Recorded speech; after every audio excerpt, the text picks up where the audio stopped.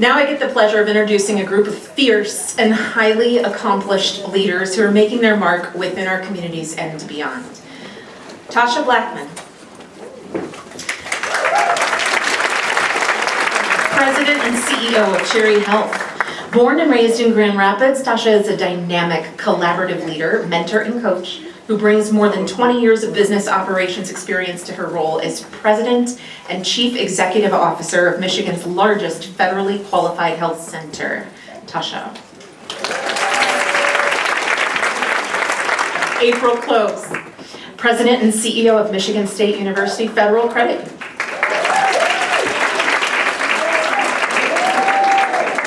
April joined the credit union in 1996 and moved through many positions within the organization prior to being named President and CEO in 2015. Named as one of the most powerful women in credit unions by American Banker, April has been a transformational leader for technology in the credit union industry. April. Bridget LaPointe Dunham, Chief Executive Officer of the Keweenaw Bay Indian Community. Bridget is a visionary leader known for her exceptional ability to build relationships while effectively managing teams and creating organizational change. Currently serving as Chief Executive Officer of the Keweenaw Bay Indian Community since July 2021, Bridget provides strategic guidance, oversees organizational matters, and ensures compliance with relevant tribal, state, and federal laws. Bridget. And Michelle Rabideau, President of the St. Mary's Foundation, a member of Trinity Health. Michelle is a national leader in philanthropy, raising more than $100 million for various organizations over 25 years. She's currently president of St. Mary's Foundation, the philanthropic arm for Trinity Health Grand Rapids. Michelle serves as president of the YWCA West Central Michigan and is chair of National Kappa Delta Foundation boards. Michelle. And leading the conversation today is my esteemed colleague, Kelly Frick, Vice President of Content at MLive Media Group. Welcome, Kelly.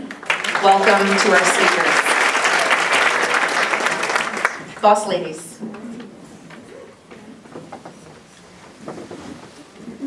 All right, good morning, good afternoon. We all had lunch now. We did color coordinate, just so you all know, and decided where we were going to sit based on that. You're welcome. So I'm going to get us started with a question based on the title of this talk, Boss Ladies. I mentioned to my daughter, who's 25, that I was moderating a panel of boss ladies, and she corrected me that they were just bosses, that we don't have to include ladies after everything. So I'm going to start with the first question, which is, when you hear the term boss lady, what do you think? And I'm going to start with you, Tasha. Absolutely. So good afternoon, everyone. So I would say when I hear the term boss lady, I think strong, I think courageous, I think relentless, I think diligence, I think a woman who lifts other women, I think a woman who gets shit done.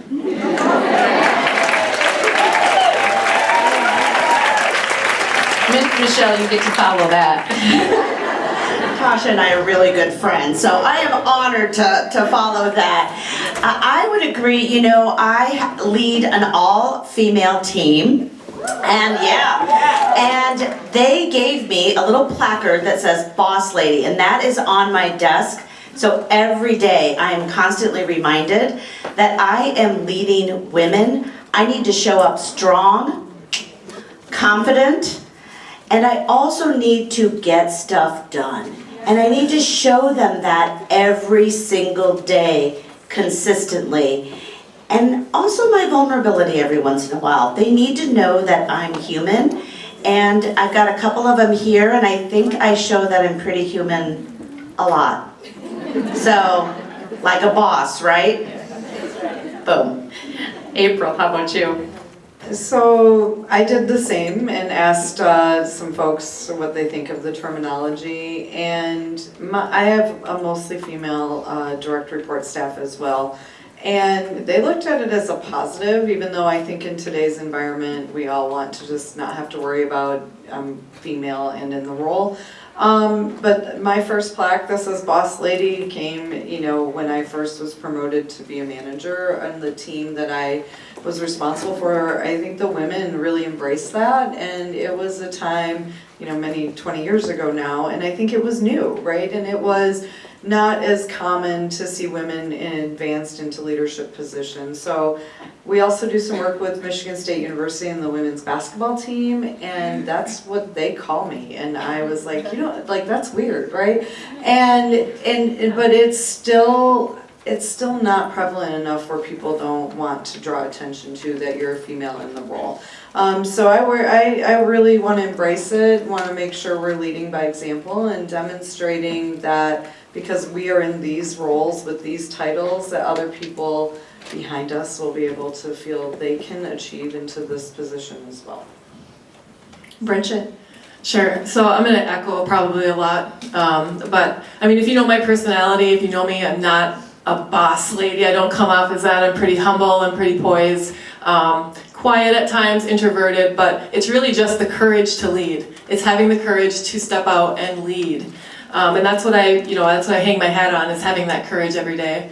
And obviously coming from a reservation in the Native American culture, the matriarchy is respected. They are given the power to lead. They are, elevated. They're put up there, and people look up to them. So to be in this role, I think it's meant to be a little bit for myself, but something again I take very serious, and I love being a boss lady. Bridget, if I can just start with the next question with you, because you kind of touched on it. What was your journey like to get to your position? So I was hired as CEO when I was 35, so came in very young. I was very scared. I wasn't scared, I was just afraid of what the older generation would think of me coming in and maybe trying to make some change.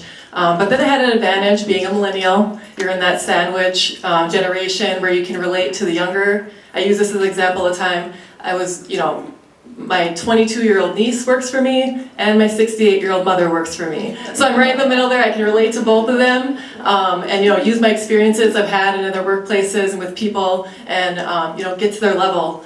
But my journey, I grew up on the reservation that I'm leading now. I'm an enrolled member. I went off to school, gained some experience in a different type of workplace, a very corporate workplace, but I took advantage of it. I was hired, then immediately promoted to the senior management team.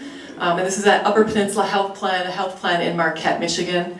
And I was promoted to the senior leadership team. I got a taste of what it was like to be leading teams and leading an organization, and I fell in love with it. I ramped myself up. I got education experience. I went to Michigan State and got my master's in strategy management and leadership. So I equipped myself there. I used my work experience, and I got a mentor. And I got two mentors, and they both, one I could just use as sounding boards and wondering if I'm making the right step, and they were there for that guidance. So that's really how I got there. Right. Got here. April, how about you? A couple of things I always like to start with. I'm a first generation college student. I'm a first generation born in the US. And so in my journey at times, my mom was a single parent. My journey is about my work ethic, is why I always start with that. My mom was really focused because she was a single parent, and we lived in government subsidized housing, and we had free lunch program, and I read the bookmobile out of books in the summer. Really set me on my path, right? My mom wanted me to be successful through education, so went to MSU and put myself through school. I became employed at the credit union as an entry-level position when we had 100 employees. Today we have 1,300. And so my journey, I tell all of our team, is very unique. I was in a small organization and I could raise my hand for lots of projects. And what I tell all of our employees and anyone who asks me is that every day is a job interview. And that's how actually I got into this role. For 20 years, my body of work was recognized. I said yes to new projects. I said yes to learn something that we didn't have skills for within our small organization. And I achieved it by working collaboratively with other people. And not everyone was able to bring people together to achieve an outcome. And so that's, to me, that was my journey. And so I have a marketing background and a digital and technology. I took the credit union from analog to digital. And so when you do that, you learned every process within the organization. I knew every project, every product, every way technology could work and how we serve members that way. So it gave you a broad depth of knowledge that was unique at the time, is what I tell everybody. We have different experiences today, but I moved up and around, and the board had the opportunity to place me in the role 9 years ago because I had, increasingly more responsibility based upon I kept saying yes to things. How about you, Michelle? Wow. Lots of stumbles, falls, figuring it out, failures, you name it. I just feel like, I started on this path. I was always told that I should be a doctor because I was really excelling in science and I loved it. And so I thought, why not? And so I never thought about that. I just did it. I just went to school with the idea that I was gonna go to med school, and then my senior year, I went into my advisor and I panicked and I said, I have to graduate. And so we talked about what that looks like. And I shouldn't say this, but he was like, remember, D for diploma. Because seriously, because my last year, I was like, I don't know how I can do this and graduate, but I did. I got that diploma. And I still didn't really know what I wanted to do, and so I stumbled. I had no idea. But the one thing that happened in my life that was a really big challenge, I think, is my mom was diagnosed with liver cancer, and she was 51. And I needed to take care of her. So my stepfather said, Michelle, you need to quit your job, which was in sales. That was my first job. And you need to take care of her. And I did for 4 months. And it was during that 4 months where I really actually took time with my mom. It was the best gift she could have given me to figure out who the hell I was. And I'm still figuring it out. Don't think I figured it out in 4 months. But that time for self-reflection and to really think about it was really then what launched me into, I love healthcare. I want to stay in healthcare, but I don't want to be a doctor. And so what does that look like? And I just started trying to figure it out. And then my career in healthcare philanthropy, I've been in it over 30 years, and it is the most rewarding job for me. I get to be a difference maker every single day. And that's what I want to do. So That's fantastic, Yeah. Michelle. Tasha? So my parents were teenage parents. They had 3 of us by the time they were 17 and 18 years old. So in a lot of ways, I grew up with my parents. They wanted more for us, so they really prioritized education. So I had set down this path of being everything my parents wanted me to be. They wanted me to go pre-med, I went pre-med. They wanted me to do all of these things. And I took those steps until my last year at Michigan State, so another Spartan. Last year at Michigan State, I realized I don't want to be a doctor. I do not want to be a doctor.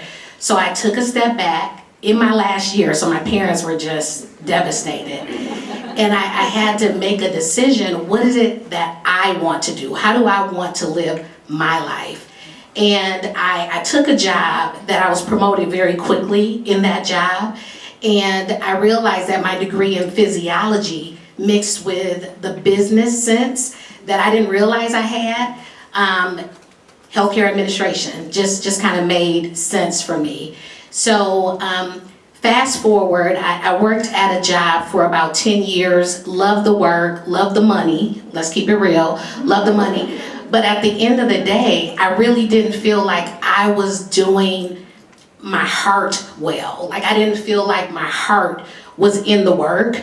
So at the time I talked to my husband and said, I really want to transition away from this job because my heart just isn't in it. And he said, go for it, do it. So I left that job and went over to Cherry Health. And I didn't know that Cherry Health even existed. And I'm gonna just share a quick story with you all. So my grandmother died in 2002. Before she died, she gave all of her grandchildren a special item to remember her by. She knew she was transitioning, and she gave all of us an item. So I tucked the item away for many years, didn't even think about the item. Then in 2005 was when I went on this self-discovery journey, and I looked in my, what I call an inspiration box. And there was the item that my grandmother gave me, and it's this pen that I have on right now. I don't know if you all can see it. It's a cherry diamond encrusted pen. Had never heard of Cherry Health, didn't know Cherry Health existed, didn't know anything about Cherry Health. So I was like, that's where I'm supposed to be. So over the years, I just, I said yes, to your point. I said yes to a lot of things, but I actually said yes without ambition. I said yes because I'm truly the kind of person that just wants to help. I want people to thrive and to do well. So I said yes because I just wanted, our patients to live better. I wanted our staff to thrive. And eventually that culminated into opportunities. So I was able to move up really all around the organization. So by the time I became the CEO, I had led just about every division of Cherry Health. I've been there for 19 years now, CEO for 6 years, and just very proud of the work that we do every day and proud that I get to make an impact in my home community. That's like everything to me. Fantastic. Great stories, everybody. The cherry pen story gave me chills. I love that. You've talked all about different qualities that you have and that you've brought to your job, brought to your life. What is the one leadership quality that you think makes a difference in your day-to-day operations? April? So we're very big on taking strength finders at our organization. So I'm going to pull my third, which is input, because the others are all nerdy, like, I'm a book nerd. But I didn't have a word for it before we did the strength finders at the organization.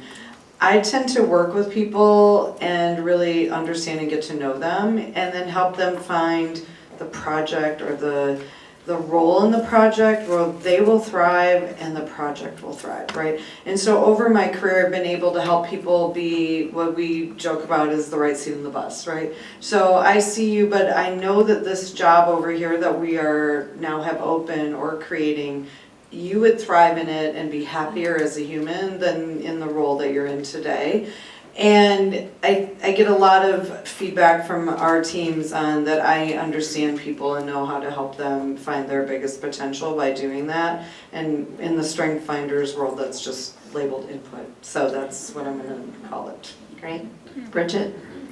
I feel like a leadership superpower and a trait a leader should have is listening. Being able to listen to people, active listening, okay?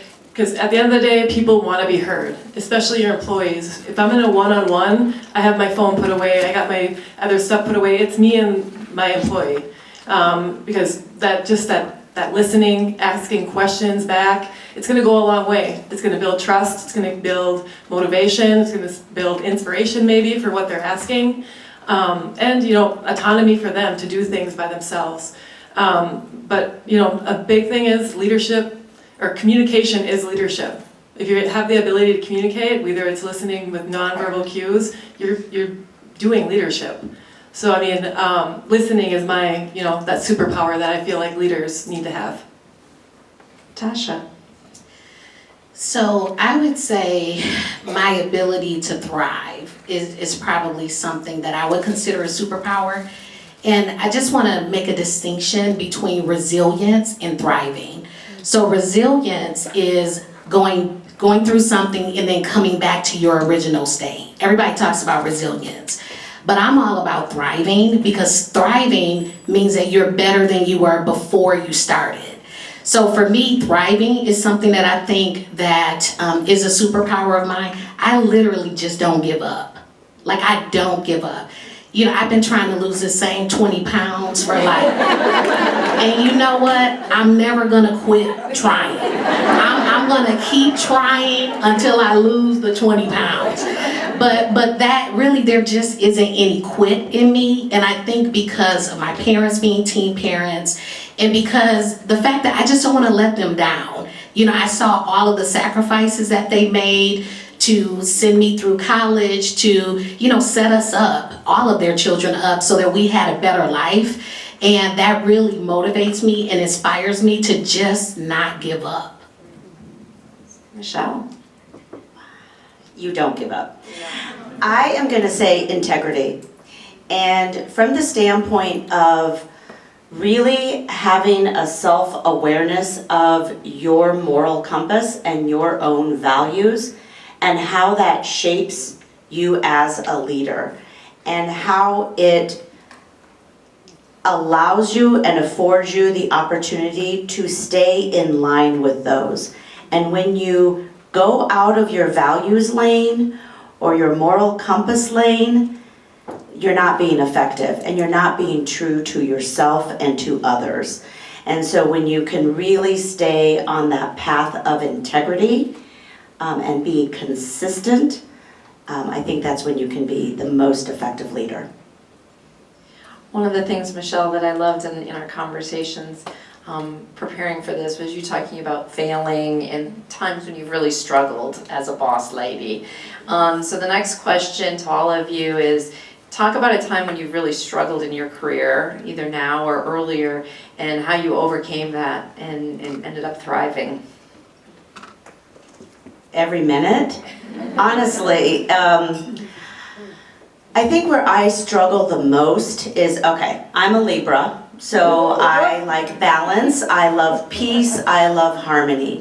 When that is disrupted, I struggle, and it is a real struggle for me. I struggle with difficult conversations, but if you want to role play, and I can coach you on a difficult conversation, I can do it all day long. But then when it's me, and I have to have that conversation, remember, I'm a peacemaker, I like harmony. I want to make sure I'm not disrupting that in life. And so I think that's where I have the struggle. And you know what? Difficult conversations have to happen almost every day. In your family life, in your work life, and I will say, I do not do them enough. And maybe not difficult conversations, but I would say maybe crucial conversations. Conversations that are important for you to have with somebody else, but also for that person to receive, because you're both going to be better for it. Tasha? So I think I'm the kind of person, I literally see the best in everybody. Like, I see that first. I see the best in people. And sometimes as a result of that, I don't always let go when I should. So there are individuals, for example, that I've kept on staff longer than, you know, maybe I should have, because they're amazing and I can see all of the good. But maybe they're pulling the entire team down in ways. So I think that there are times that, because I don't give up, remember I just talked about that, I don't give up on people quickly.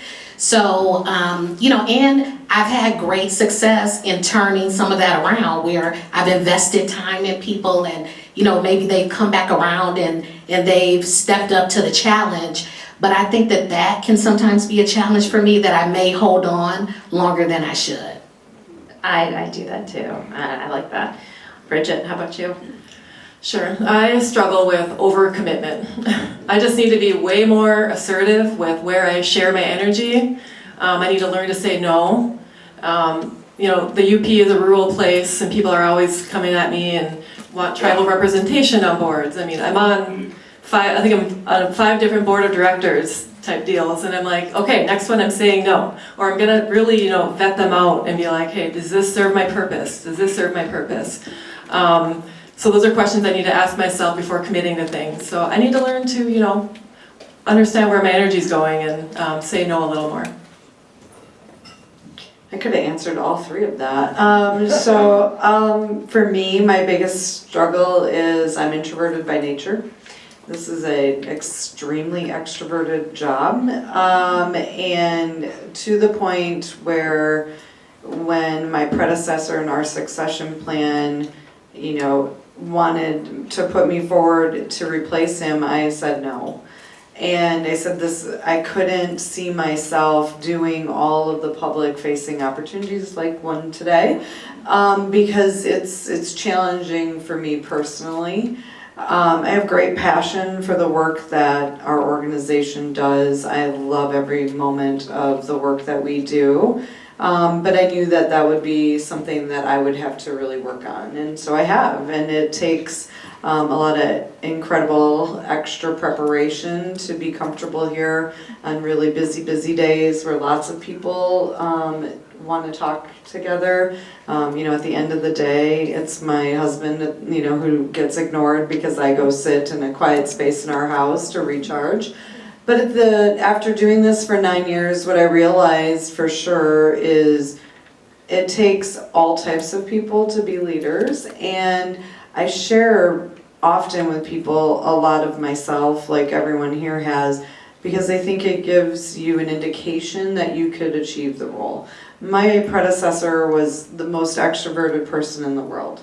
And so I thought that's what you need to be successful, and that gave me an extra anxiety because that's how I thought you could lead in the job. But there's lots of ways to lead, and I think demonstrating all the unique ways to lead is what's more important today, is sharing that with everyone. That's great. Bridget, next question is for you. What's the best advice you could give your younger self? Don't try to blend in. And that just comes from my culture and, leaving the reservation and thinking I had to look and act a certain way. It took my mentor to sit me down and be like, tell your story. Tell it to people. They want to hear it. He's like, if you're sitting in a room with, I'll just say it, we were down at a legislative visit and it was with state officials, so a lot of white men. If you're sitting in a room with white men, you're probably the most interesting person in the room. So don't be afraid, to tell your story, and you don't gotta blend in. Be yourself. That's awesome. Tasha, how about you? I probably would tell my younger self, don't let every hill be the hill that you're gonna die on.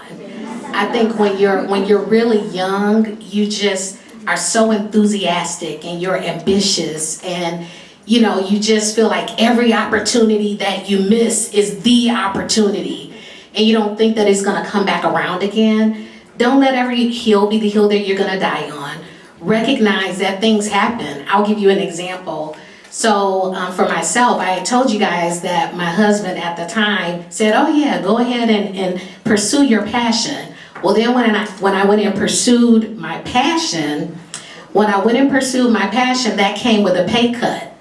And that pursuing of passion was a problem, okay? So one day, learned that we weren't gonna be married anymore, kind of in the middle of the night. You can fill in the blanks with all of that. But I woke up that morning, and he said, for all it's worth, happy birthday. Now, it was my birthday that I learned that I was getting a divorce. And what I realized was I found strength in that moment, honestly. Now, obviously, I went through all of the steps of grief and all of that. But I also realized that I need to get it for myself. So that week, I had already applied for grad school, was planning to go and get an MBA, but then I was like, I can't get an MBA while I'm mourning the loss of my marriage. And I said, no, actually I am gonna get an MBA. I'm going to heal my heart. I'm gonna also prepare myself so that 2 years from now, I'm in a better position to provide for my daughter, to do all of the things that I had planned on doing for her, for myself. And 2 years later, almost to the day, I got a promotion, a significant promotion. And, I haven't looked back since. So don't let every hill be the hill that you're gonna die on, because things will happen in your life. It's gonna happen. So I would say failing forward is something that I've also been able to do. You make mistakes and you get back up, dust yourself off and keep moving. So somebody had told me a long time ago, she said, I learned that she was getting a divorce and I was just so shocked. And she was like, just keep living, honey, just keep living. And that has been kind of like a metaphor for my life. When things happen, you know what? It's gonna happen. I'm just gonna keep living, and keep shining and keep trying to treat people right and do right by, my family and friends. And then things do work out. How about you, Michelle? I love that. There's a reason why these people are boss ladies, aren't there? Michelle, how about you? Your best advice you would give your younger self? I would say quit talking about how busy you are. We all are, right? I like to actually say we have fabulously full schedules. But here's the thing, and I'm gonna be really vulnerable with all of you right now because I just learned this in January. Ready? You manage your own schedule. Nobody else does. You might think your job does. It doesn't. There might be meetings that get put on your calendar that you have to do, right? There might be kids' obligations that you have to do, family obligations. But there is time in between. There really is. And you can choose to fill it up however you want. And I was filling it up with everything. You could see me running in between meetings, truly, you're laughing. It's an ugly sight. It's like ugly crying. It's like running and oh my God, I gotta get to that.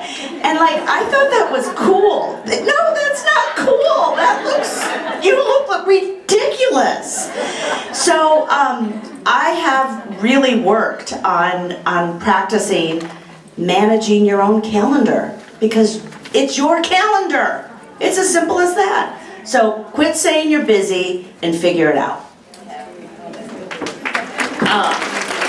I'm with you, Michelle. I learned late that you don't have to let other people set your schedule. So here's a little tip for all of you. I put time in my schedule every day that I call focus time or me time. And it looks like I'm busy on the schedule to everybody else. Anne's now learning that my trick here, when she can't get a meeting with me, it's because I use that time to recharge, to maybe read an industry article that I've been meaning to do, just to do nothing, right? To just sit there, do the New York Times crossword puzzle, if that's what I need to do in that moment. So that's my little recharge time, a little tip for all of you. And this leads into what's gonna be my last question, and this is, what do you do when you're feeling stressed out? And how do you kind of recharge in the moment? So April, why don't you tackle that one? You're the introvert, so this should be really interesting. I know, I love to read, so I usually seclude myself and do some reading. I have always loved clothing, and so retail therapy is probably too high on my list. You look fabulous, by the way. Thanks. I get a lot of airplane time, so I do a lot of online shopping these days, so the internet did not help me in that cause. But I used to run, so before my knees were older, then now I do a lot of walking. So I just take a walk on campus. I live close enough to MSU to still do that. No headphones, right? Experience the outside and refresh. For me, it's being outside and clearing my mind is really important. And so I'm very big. I used to take photography and do all that stuff before I had this job. And so I'm always taking pictures. I walk on campus and just kind of recharge creatively that way. Bridget? Sure, so to recharge, reconnect, I always go in the woods for a walk. Obviously, the Upper Peninsula is beautiful. I take it all in, really use it to, again, recharge my battery, repurpose myself, center myself, and bring me back down to earth. So it's that, get in the woods, go for a walk with my dogs, get fresh air. That's how I do it. Michelle? So I'm a huge extrovert. So I call on my introvert when I am stressed. And so sometimes that looks like crying, sleeping, not talking to anyone. Like I'm not saying that that's what you do, April. I'm just saying, but that's what I do. But that's what I do. Like I just have to, and then I crave people. And so if I'm really stressed, I crave people who will lift me up, who will be positive. And I'm very intentional of people who are not in that category, and I avoid them. Tasha? So I would say that God has graced me with a unique ability to realize that every single problem has a solution. I believe that every problem has a solution. And I believe that to my being. And I realize that the problem, has an answer, and that answer is either within me. So within me, I have it in me, or around me, and the people that I put around me or above me. It's divine. So when I think about, stress and things like that, the people that work with me will tell you that I'm actually a very peaceful and calm person. I'm passionate, but I actually just release stress. So I know that it is a unique ability, and I'm not saying that people can't have their way to do it. But for me, it's tapping back into the God in me, into that faith base, and recognizing that I don't have to have all of the answers off the top of my head, because that's why you put people around you that have the skills that you don't. One of the things that my colleague said earlier was that you kind of felt that you needed to be everything. And I think when you get into these roles, you realize I don't have to be everything, but I do need to be good at recognizing who I need to put around me to elevate the entire team. And I think that I've gotten really good at that. That's fantastic. Thank you so much. We've got some time for questions for these fabulous women. Are there any questions for them? They've come a long way to sit and share with you today. Yes? We'll take comments too. So good afternoon, my name is Shanice, and so I will say coming here today, you made me own who I truly am, because on my team, we have nicknames. And so I'm like, a nickname? What is that? My name is Shanice. Are you kidding me? Like, really? And so as you were talking and I looked around all my things that I have, my bowling ball says boss. One of my friends bought me a thing that says boss. And so I just thought that it could come off a certain kind of way if I owned that as my nickname. But I also felt like I don't make people feel that way. So if my intention is good and I don't make you feel less than, then I am a boss. Yeah. So my nickname when I go back to my team is boss. So I wanted to share that. That's fabulous. Anybody else? Who's feeling like a boss today? Any other questions? Hi, my name is Katie. My question was more so, how do you walk in that boss mentality when your predecessor is really looking for a cookie cutter image of themselves? You know you can do it, you know you have the skill set, you know you're a boss. How do you align yourself and get yourself in position knowing what your predecessor wants and they want it to look like them? Yeah, can I start? So I actually succeeded someone who had worked in the role for 30 years. He had been there a long time. He is a genius. He is my mentor. He's somebody that I really care deeply for.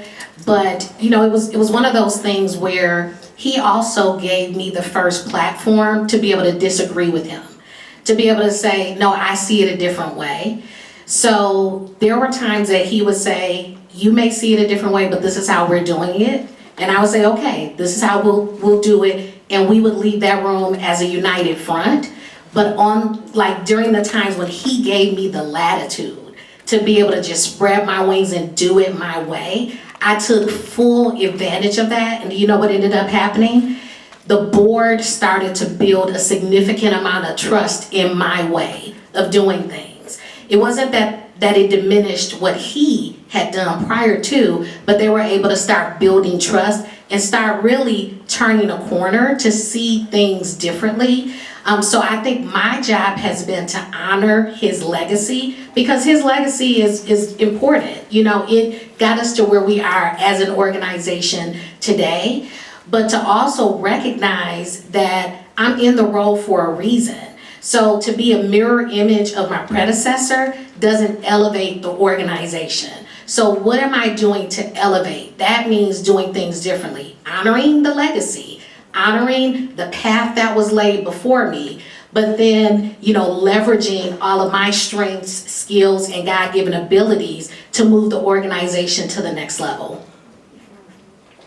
We've got 2 minutes. Is there one more question? I'll meet you halfway. That would be beautiful.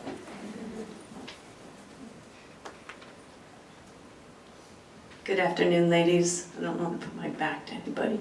Good, sorry.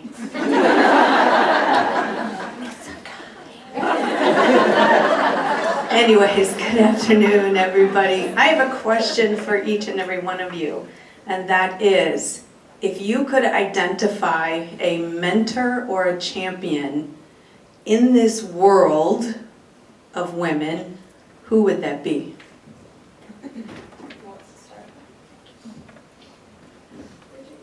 Bridget, you're the leadership nerd. I so know, I'm trying to be think ready of all for this of them. Geez. I guess right now in present day, in my realm of work is Deb Haaland, our Secretary of Interior for the federal government. First Native American woman to lead that department. She's an inspiration to all of us, and you know what? She's getting shit done on the side. So there's a lot more, Native American tribes have a lot more ability to move funding around within the federal government. We have a lot more, they're letting us do more. They're taking the red tape off. So, and she has a lot to do with that. So she's a significant person I look up to. April, do you know somebody?